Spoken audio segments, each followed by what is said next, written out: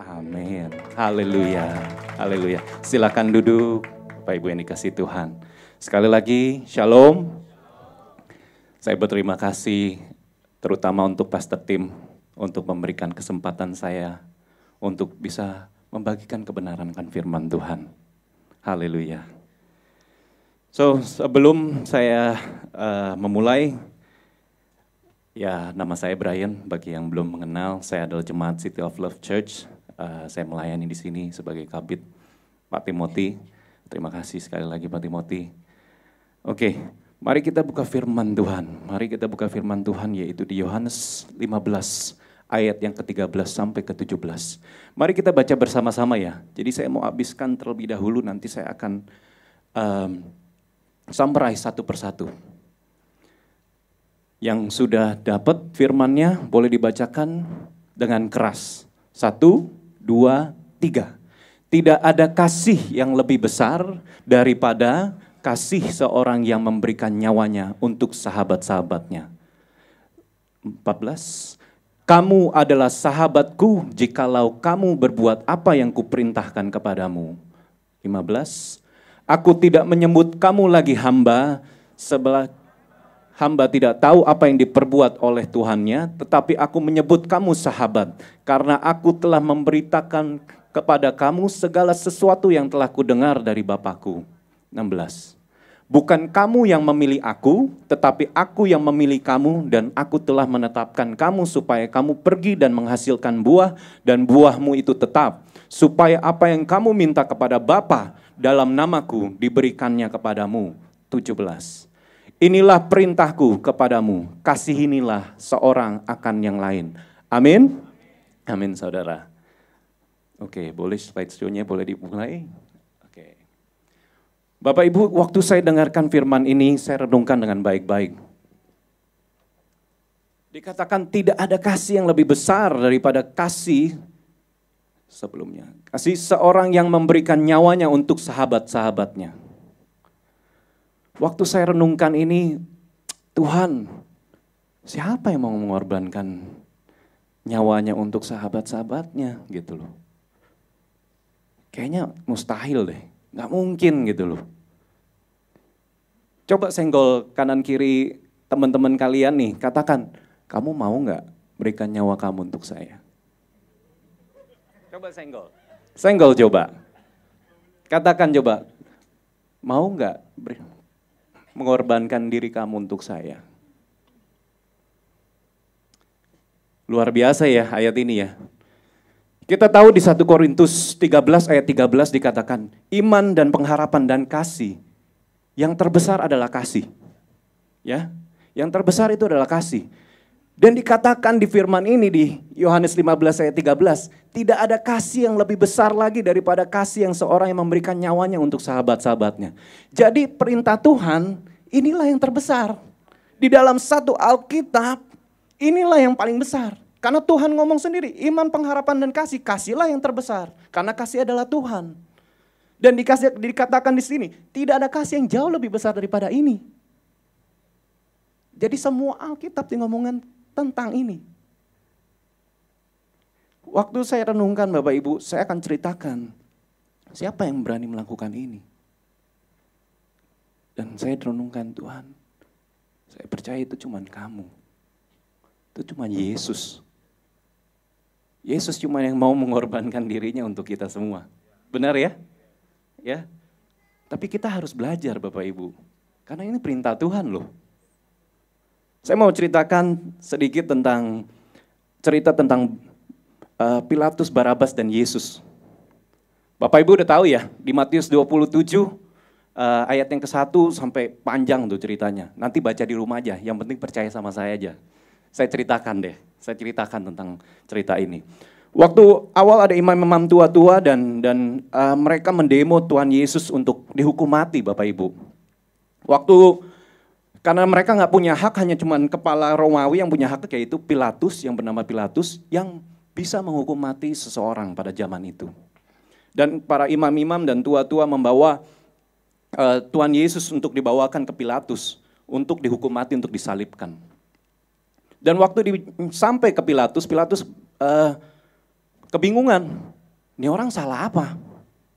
Ini orang salah apa untuk dihukum mati gitu loh. Tapi tetap aja rakyat ngomong hukum mati Tuhan Yesus, hukum dia, hukum dia. Sampai Pilatus bikin suatu kepikiran untuk bagaimana saya bisa bebasin Pilatus supaya saya nggak mau ikut campur nih. Kalau ternyata dia benar-benar Mesias gimana?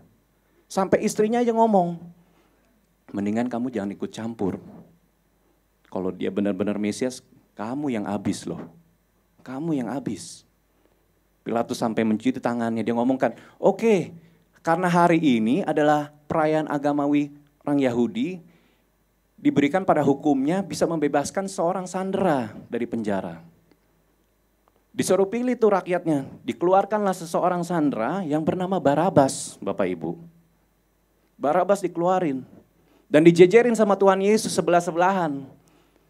Siapa yang kamu mau bebaskan? Waktu saya dengar ini Bapak Ibu, saya marah sekali. Saya marah. Karena ini perbandingan jauh sekali. Jauh banget perbandingannya, nggak fair gitu loh. Nggak adil, perbandingannya jauh. Yang satu kerjaan Tuhan Yesus kerjaannya ngapain? Aduh, Tuhan Yesus kerjanya mengasihi, mengampuni, mengasihi orang-orang yang tidak berdaya. Dia melakukan mukjizat untuk orang-orang yang sakit. Kerjaan dia melakukan hal yang baik. Tapi karena rakyatnya iri aja. Karena iri. Karena mereka iri kepada Tuhan Yesus. Ini jauh sekali. Terlalu jauh Bapak Ibu. Kalau kerjaannya ngomong tentang Barabas. Aduh. Barabas itu kerjaannya, dia udah pembunuh, ya, perampok, pencuri, penipu, egois, sombong, hanya mikirnya pikiran dirinya sendiri doang. Dia hanya memikirkan dirinya sendiri doang. Tahu nggak? Tapi Bapak Ibu, Barabas itu mewakili siapa? Bapak Ibu dan saya. Barabas itu mewakili Bapak Ibu dan saya. Kita kadang-kadang cuma hanya pikiran untuk diri kita sendiri. Barabas waktu itu dijejerkan sama Tuhan, dia senang. Dia senang loh, dia mau dibebasin. Tuhan Yesus hanya diam. Tuhan Yesus diam, dia tidak berkata apa-apa, biarpun dia dituduh, dia dimaki, dia udah mau dihukum mati, dia tetap diam. Dia tidak membelanya dirinya sendiri, sama sekali. Dia tidak mengeluarkan kata-kata sedikit pun untuk membela dirinya sendiri. Padahal Pilatus ngomong dong, kamu punya hak loh untuk ngomong. Kalau kamu ngomong, saya bebaskan kamu. Tuhan Yesus tetap diam. Dia tetap diam. Dan Barabas, dia seneng. Dia cuma ngomong, wah syukurin lu, gue yang dibebasin, gue seneng. Kadangkala kita seperti itu Bapak Ibu. Kita orang yang tidak layak, tapi Tuhan Yesus mau melayakkan kita. Amin. Kita itu seperti Barabas. Dia mewakili Bapak Ibu dan saya. Ngomong sebelah kanan kiri, ada nggak orang yang kamu benci sekarang ya, tapi kamu mengorbankan diri kamu untuk dia? Ada nggak? Orang yang kamu sebel, orang yang pernah jahat sama kamu, tapi kamu mau ngorbanin diri kamu untuk dia. Itu kan tidak masuk akal ya. Coba pikirin deh baik-baik. Tapi kenapa Tuhan Yesus mau? Karena dia mengasihi siapapun itu. Dia mengasihi orang yang tidak layak sedikit. Orang yang tidak layak, orang yang berdosa. Kerjanya membunuh, mencuri, perampok. Orang yang sombong, udah seneng lagi, udah salah seneng lagi. Malah mikirannya untuk kepentingannya diri sendiri doang. Tapi saya renungkan itu saya Tuhan. Kadang itu saya. Itu kita semua. Tahu nggak kalau di arti Barabas itu di bahasa Aram. Jadi Aram itu adalah bahasa Kanaan. Seperti bahasa Ibrani Bapak Ibu. Barabas itu artinya putra dari Bapa. Anak dari Bapa. Dan kita itulah kita. Tuhan Yesus mengatakan itulah kamu, tapi saya mau mati bagi kamu. Saya mau mengorbankan diri saya untuk kamu. Saya mau kok, saya mau mati untuk kamu. Supaya orang yang mati rohani, Tuhan Yesus misinya cuma satu. Orang yang mati, yang mestinya mati, tapi dia hidup kembali. Bukankah kita seperti itu? Kita semestinya mati karena dosa-dosa kita. Tapi kita hidup kembali. Karena Tuhan Yesus mengorbankan dirinya pada saat itu. Amin. Haleluya. Yuk kita beri kemuliaan sekali lagi, tepuk tangan untuk Tuhan Yesus. Bapak Ibu, saya mau ceritakan tentang nilai. Karena kita itu sangat berharga di mata Tuhan. Kita orang yang tidak sempurna, tapi dijadikan sempurna sama Tuhan. Karena kita bernilai sama Tuhan. Saya ada satu ilustrasi cerita ya Bapak Ibu. Tentang seorang anak dan bapak. Mempunyai hubungan yang sangat baik. Tapi anaknya tanya ke bapaknya suatu hari, Pak, kalau saya boleh tahu, kok saya berarti di mata Bapak berapa nilainya sih? Saya pengen tahu aja gitu loh. Loh, bapaknya ngomong, kamu itu tidak bernilai nak gitu loh. Kok ngomong tanya sama Bapak ngomong berapa nilainya gitu. Ya nggak apa-apa Pak, cuma mau tahu aja saya berapa nilai sih di mata Bapak gitu. Wah, bapaknya pusing gitu loh, mau jawabnya gimana. Sampai akhirnya dia ke kamarnya, dia ambil sebuah warisan. Batu warisan yang diberikan turun-menurun daripada kakek-kakek moyangnya. Sampai ke anak-anaknya, sampai nyampe ke bapaknya ini. Nah dia mau berikanlah kepada anaknya ini. Nah, saya berikan batu ini untuk kamu dengan satu syarat katanya. Satu syaratnya adalah kamu pergi ke pasar. Coba dijual batu ini, jika ada yang menawar, kamu jangan sebut dengan kata-kata apapun. Hanya tunjuk dengan jari seperti ini. Tunjuk jari seperti ini. Kalau ditanya berapa? Begini aja. Oke, siap? Tapi waktu ditawar, udah jangan kamu jual. Loh Pak, kok saya suruh jual tapi nggak boleh dijual gimana sih? Gitu. Ya ikutin aja syarat Bapak. Habis itu kalau udah ikutin syarat-syaratnya, nanti Bapak berikan kamu batu ini. Dan kamu akan berikan ini kepada keturunanmu juga nantinya. Oke Pak, siap, kata anaknya. Saya lakukan apa Bapak lakukan. Dia pergi ke pasar. Kucuk-kucuk anaknya pergi ke pasar. Coba menjual batu itu, tapi nggak boleh dijual ya. Sekali lagi ingat ya, nggak boleh dijual. Tiba-tiba ada seorang ibu datang, nak, saya suka batu ini. Wah, berapa harganya nak? Anaknya nggak kebut kata-kata, cuman begini doang. Wah, si ibu bingung. Berapa tuh nak harganya? 50.000. Wah, anaknya kaget. Ada harganya juga nih batu. Diambil lah, dia pulang ke bapaknya. Pak, dia laporan. Pak, saya udah lakukan syarat yang pertama, katanya. Ternyata batu ini ada harganya juga ya, katanya. 50.000 Pak, ditawar sama si ibu. Boleh dijual nggak? Bercanda-bercanda. Boleh dijual nggak Pak? Nggak boleh, ini untuk kamu kok, dia ngomong. Oke, ikutin syarat Bapak yang kedua, katanya. Pergi ke museum, lakukanlah hal yang sama. Lakukan hal yang sama, katanya. Dia kucuk-kucuk pergi ke museum, dia lakukan hal yang sama. Dia coba menawari batu itu kepada toko yang punya museumnya. Toko museum ternyata suka sama batu ini juga. Dia suka warnanya, katanya, wah kayaknya ini cocok untuk masuk ke dalam museum saya. Untuk jadi pajangan lah setidaknya, katanya. Nak, kamu jual nggak batu ini? Berapa harganya? Anaknya lakukan hal yang sama. Begini doang, nggak sebut dengan kata-kata. Ditanya, nak berapa itu? 50 juta. Tambah kaget lagi anaknya. Anaknya langsung ambil, langsung lari lagi ke bapaknya. Pak, ternyata ini harganya 50 juta. Ditawar sama orang museum katanya. Dijual nggak Pak? Nggak boleh nak, nggak boleh dijual.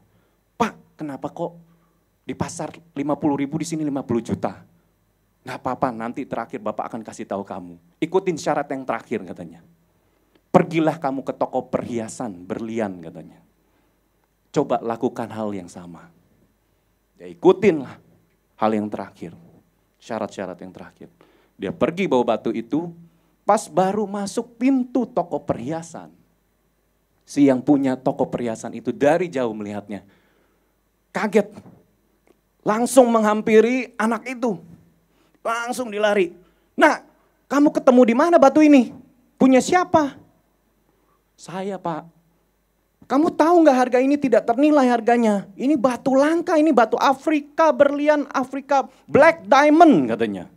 Ini black diamond sampai dikasih tahu, waduh secara spesifik detail batu ini apa. Ini nggak ada, ini langka sekali, nggak tidak ternilai. Cuman saya mau, saya pengen memiliki itu. Boleh nggak kamu jual sama saya? Berapa harganya nak? Dilakukan hal yang sama anaknya begini juga lagi. Berapa itu nak? 5 miliar. Wah tambah kaget lagi anaknya. Bukan tambah lari lagi, dia ambil batunya lari secepat-cepatnya langsung balik ke bapaknya. Pak ini harganya 5 miliar pak. Ditawar sama toko perhiasan katanya. Dijual aja pak, kita bagi 2. Dia ngomong sama bapaknya, gak boleh nak, ini kakek moyangmu dari udah dikasih warisan loh. Ini untuk kamu juga nanti, untuk anak-anakmu katanya. Gak boleh dijual. Sekarang nak, ini jawaban yang bapak mau kasih tahu ke kamu. Kamu itu tidak ternilai di mata bapak. Kamu tidak ternilai. Kamu itu berharga bagi saya. Bapak ibu tahu nggak? Di dalam diri kita itu ada sebuah batu. Dan ada sebuah berlian. Cerita moral ini menceritakan kenapa harga di pasar 50.000 dan di harga museum 50 juta dan kenapa di toko perhiasan 5 miliar. Itu tergantung siapa yang melihatnya. Siapa yang menilainya, Bapak Ibu. Dan saya percaya yang melihat kita berharga dan bernilai yaitu Tuhan Yesus. Beri tepuk tangan yang meriah bagi Tuhan Yesus kita. Ya, dia melihat kita berharga sekali. Biarpun orang melihat kita nggak berharga. Mungkin kita dilihat sama orang, wah ini orang kerjaannya bohong. Ini orang kerjaannya berbuat salah doang. Ini orang nggak layak, nggak perlu dikasihani, nggak perlu diampuni. Tapi di mata Tuhan, kita semua itu berharga. Biarpun tidak selayak apapun seperti Barabas, Bapak Ibu. Barabas itu tidak layak kalau di ngomong secara ilustrasinya. Example-nya itu parah. Parah of the parah gitu loh. Tapi Tuhan Yesus mau mati bagi dia. Dia bisa punya hak untuk ngomong, saya nggak bersalah. Saya mau dibebaskan. Tapi dia diam saja. Dia diam karena dia tahu. Biarpun betapa engkau tidak melayaknya, betapa engkau tidak sempurnanya, saya hidup untuk menyempurnakan engkau. Ya, engkau yang mati rohani, sekarang kamu menjadi hidup rohani. Amin, saudara. Beri tepuk tangan sekali lagi bagi Tuhan yang kita. Haleluya. Oke, di Yohanes 15 ayat yang ke-15. Boleh ditayangkan?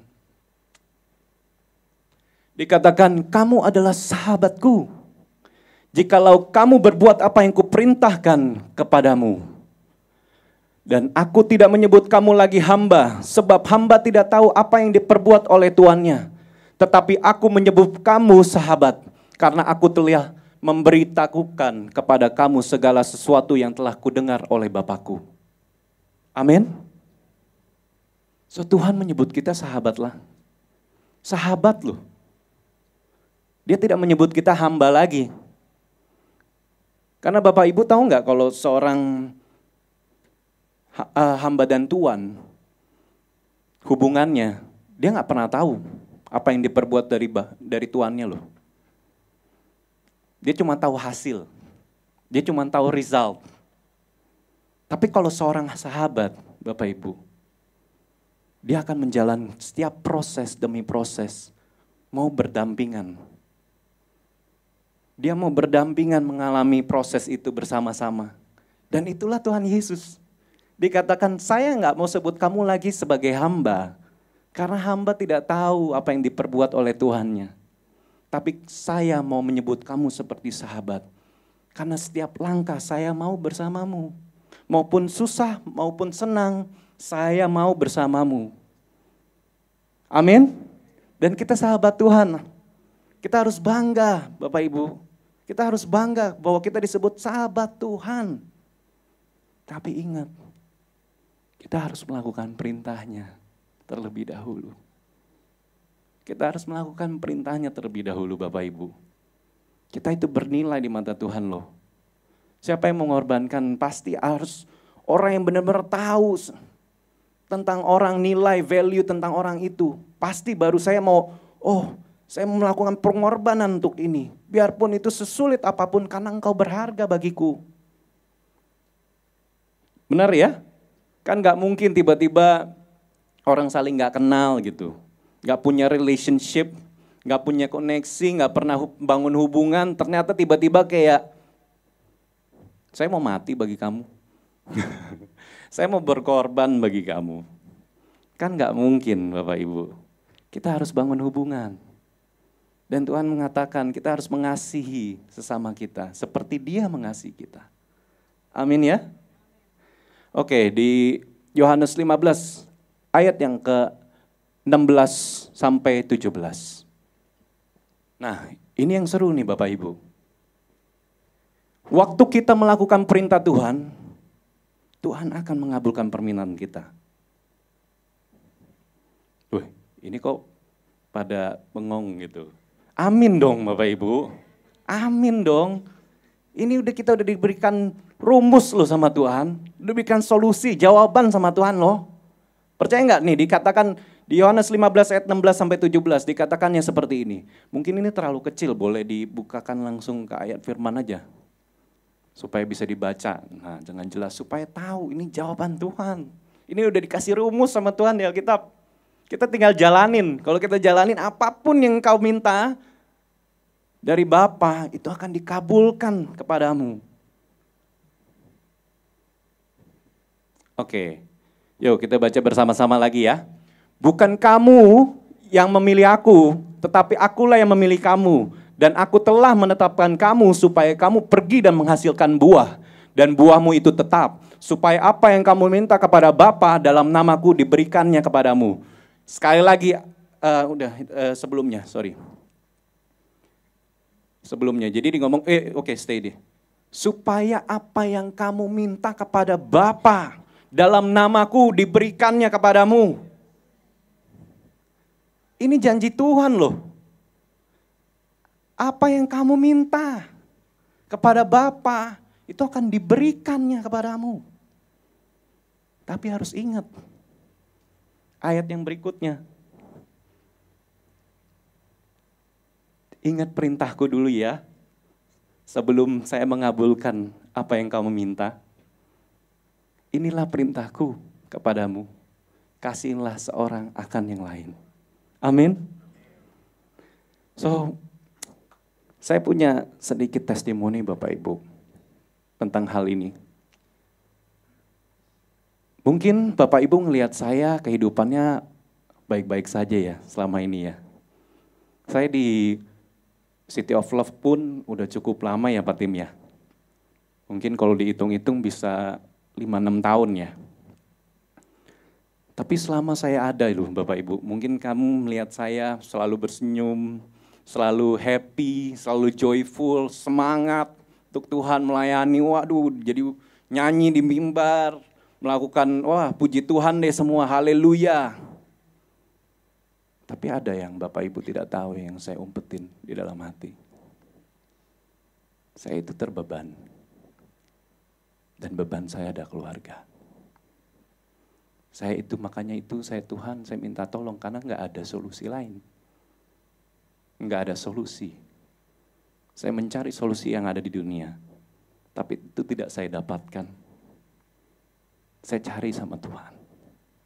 Saya datang sama Tuhan. Saya mau cerita sedikit tentang keluarga saya Bapak Ibu. Terutama tentang kakak saya. Kakak saya ada di sini hari ini.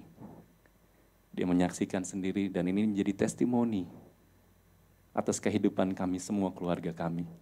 Yang kita diberkati dengan luar biasa oleh Tuhan. Dan insiden ini terjadi mungkin sekitar 5 tahunan yang lalu juga. 5-6-7 tahun yang lalu. Kakak saya mengalami insiden traumatik yang luar biasa, Bapak Ibu. Dia mengalami sangat traumatik yang luar biasa. Singkat cerita, dia mengalami suatu depresi berat. Dia mengalami suatu depresi yang berat. Dan depresi itu menghasilkan suatu penyakit psikis secara mental di dalam kehidupannya. Dia breakdown sekali, Bapak Ibu. To the lowest drop of his life, lowest point of his life. Dan tidak ada yang bisa membantu dia selain keluarga, siapa lagi. Kita mencoba membawanya ke dokter manapun. Tapi semua jawabannya sama. Makan obat aja.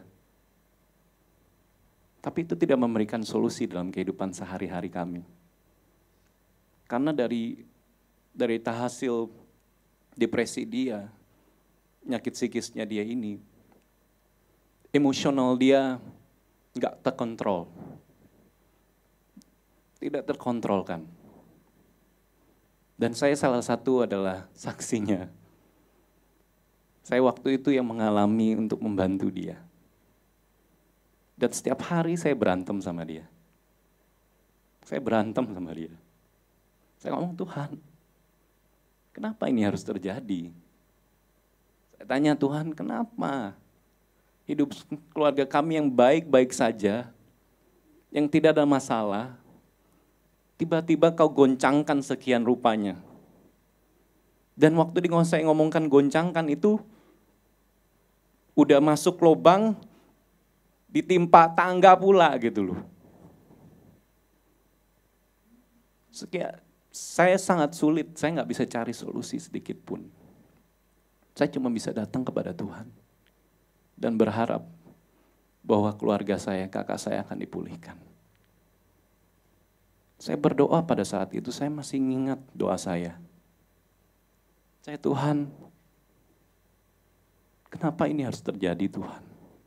Kenapa ini harus terjadi sama kakak saya? Kenapa saya harus berantem sama dia tiap hari untuk bahwa menyadarkan dia bahwa masih ada mukjizat, masih ada pemulihan.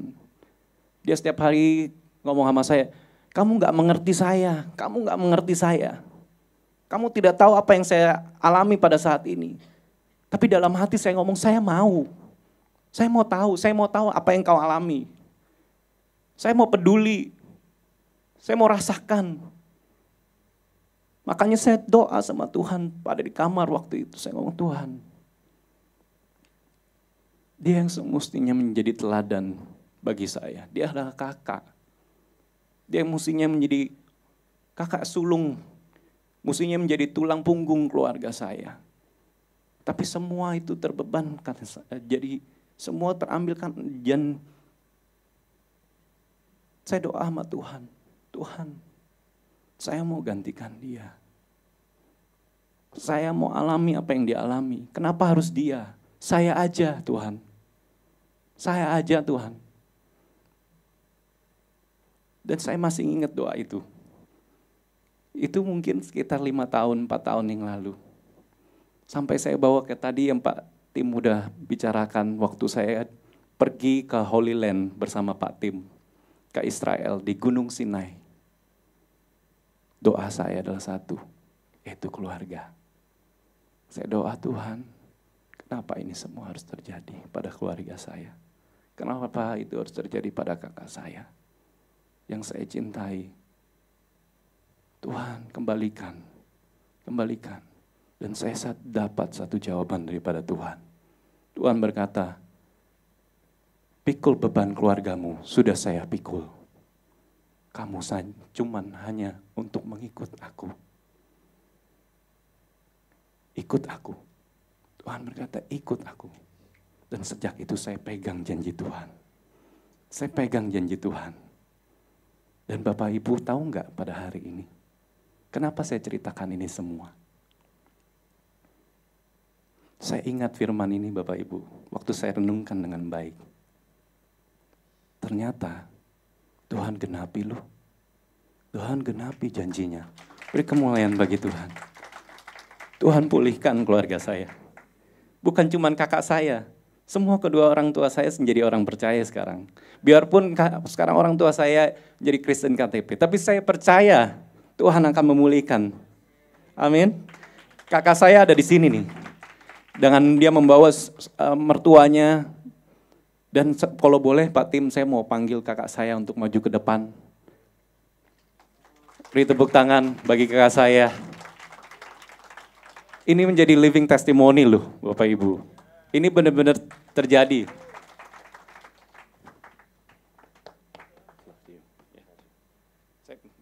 Saya percaya bahwa Tuhan akan memakai dia.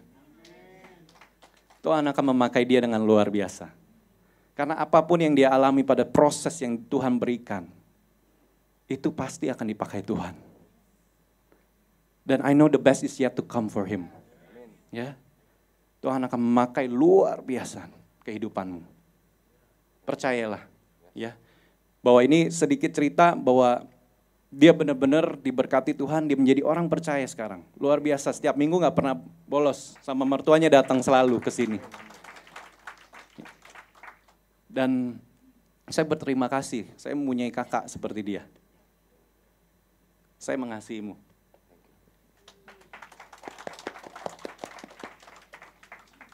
Oke, thank you. Beri tepuk tangan sekali lagi bagi Tuhan. Amin. So inilah Bapak Ibu ini ngomongkan tentang janji tadi. Bahwa tidak ada kasih yang jauh lebih besar daripada memberikan nyawa seorang dari diri kita untuk sahabat-sahabat kita. Dan waktu engkau melakukan itu, Tuhan pun akan menjawab semua apapun doamu. Dia akan mengabulkan. Saya nggak tahu Bapak Ibu sekarang apa yang kau alami pada saat ini. Saya nggak tahu apa yang kau alami. Mungkin kalian punya proses sendiri ya. Terhadap mungkin teman-teman, mungkin terhadap keluarga seperti saya. Mungkin terhadap kakak adik, relationship yang tidak baik. Atau kepada orang tua dan anak, atau anak dengan orang tua.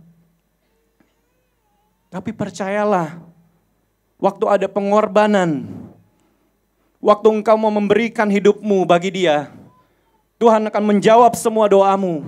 Tuhan akan menjawab semua doa-doamu. Dan dia akan mengabulkan apapun yang kau minta. Mungkin ini dengan waktu.